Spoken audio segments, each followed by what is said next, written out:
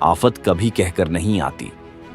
जी हाँ दोस्तों, ऐसा ही हुआ फ्लाइट 571 के साथ। ये प्लेन धरती से हजारों फीट ऊपर एक बर्फीली पहाड़ी पर क्रैश हुआ और इस क्रैश में जो पैसेंजर बचे रहे उनके पास खुद को बचाने का बस एक ही चारा था, अपने ही फैमिली मेंबर्स और यार दोस्तों का मांस खाना। उरुग्वेयन एयरफोर्स फ्लाइट 571 एक चार्टर्ड विमान था जो 13 अक्टूबर 1962 को उड़ान भरने के बाद एंडीज पर्वतों में दुर्घटनाग्रस्त हो गया।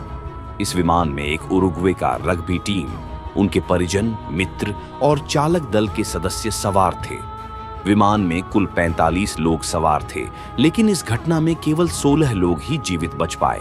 यह घटना मानव इच्छा शक्ति, जीवित रहने के संघर्ष और नैतिक दुविधाओं की गहराई को दर्शाने वाली एक अत्यंत धार्मिक कहानी है। उरुग्वाय से उड़ान भरने वाला यह विमान rugby team old Christians club को चिली के सैंटियागो शहर ले जा रहा था। विमान एक फेयरचाइल्ड FH 227D था जो उरुग्वेयन वायुसेना द्वारा संचालित किया गया। विमान ने 12 अक्टूबर को उड़ान भरी, लेकिन खराब मौसम के कारण उसे मेंडोसा, अर्जेंटीना में रुकना पड़ा। अगले दिन 13 अक्टूबर को मौसम थोड़ा बेहतर होने पर विमान ने दोबारा उड़ान भरी। एंडीज पर्वत श्रृंखला को पार करना जोखिम भरा था, खासकर छोटे विमानों के लिए, और नेविगेशन में थोड़ी सी गलती भी विनाशकारी साबित हो सकती थी।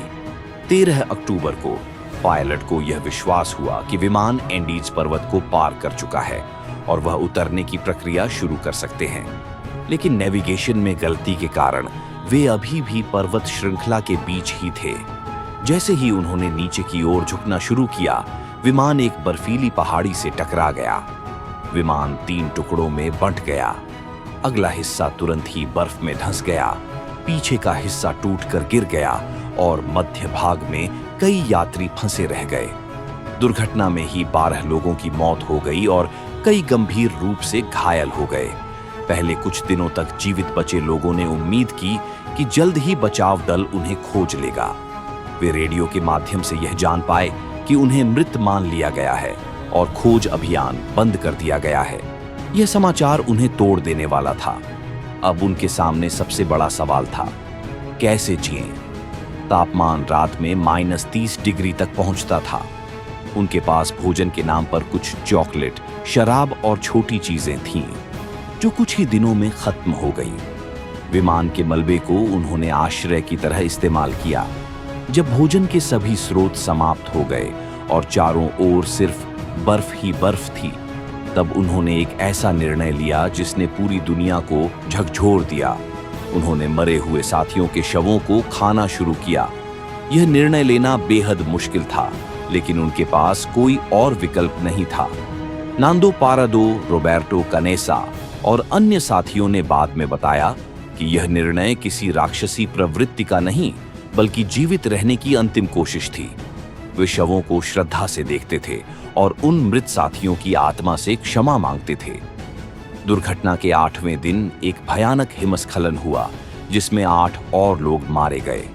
विमान के अंदर दबे बचे लोगों को बाहर निकलने में काफी मशक्कत करनी पड़ी। उस क्षण के बाद उन्होंने विमान के अंदर और बाहर व्यवस्था को और बेहतर करने की कोशिश की। जब यह स्पष्ट हो गया कि कोई उन्हें ढूंढने नहीं आ रहा है, तब नांदो पारादो और रोबर्टो कनेसा ने खुद ही सहायता लाने के लिए पहाड़ों को पार करने का निर्णय लिया। उन्होंने 12 दिसंबर को एक खतरनाक यात्रा शुरू की।